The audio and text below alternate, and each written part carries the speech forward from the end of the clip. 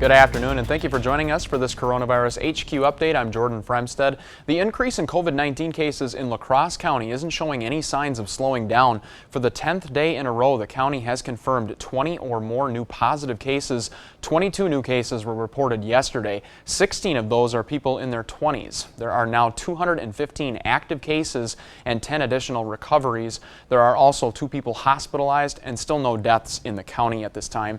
Taking a look at the trend in total cases over the past month, on May 27th, there were 52 cases of COVID-19 in La Crosse County. That number tripled by June 16th to 153 cases. And in 10 days, that number more than doubled to 357. Around the state, an additional 464 COVID-19 cases are being reported, bringing the total to more than 26,200 people. 9 new deaths are being reported, and more than 20,500 people have recovered. As we mentioned, 22 new cases are reported in La Crosse County. 357 cases have now been confirmed in the county. Eau Claire added 6 more cases, Trempealeau County added 2, and Jackson and Monroe counties each added 1. VITERBO University is the last of the local colleges to decide what the fall semester will look like on its campus.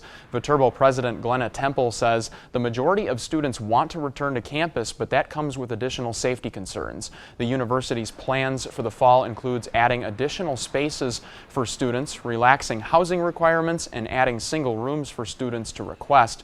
When it comes to the classroom, VITERBO will physically distance desks and keep class sizes as few as 30 and at most 50 students, and give students the option to take more courses online. VITERBO will also require masks in most places. Indoor spaces besides their individual dorm room, and for employees in their individual office, masks will be required in all indoor buildings.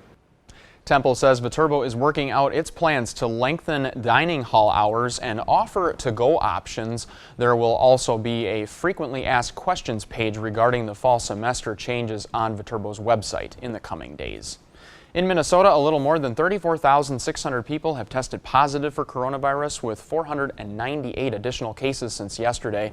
Another 5 people have died, leaving the death toll at a little more than 1,400. More than 30,000 people around the state have recovered. Winona County is reporting 3 additional cases, and Houston County is reporting 1 additional case. And in Iowa, nearly 26,900 people have tested positive. 1 additional death was reported yesterday, bringing the total to 701. More than 17,100 have recovered. Allamakee County is reporting 1 additional case. Even as the Trump administration is trying to deal with a new surge of coronavirus cases across the country, the president is pushing ahead with his efforts to repeal the Affordable Care Act, more commonly called Obamacare. Natalie Brandt has more details from the White House.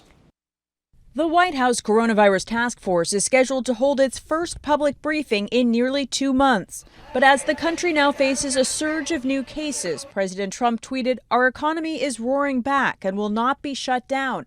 Embers or flare-ups will be put out as necessary." We have cases because we test. Deaths are down. We have one of the lowest mortality rates. We've done an incredible historic job. Dr. Robert Redfield, the head of the CDC, says antibody tests suggest the infection rate could be 10 times higher than the numbers reported. Amid the pandemic, the Trump administration is once again taking aim at the Affordable Care Act, asking the Supreme Court to strike it down.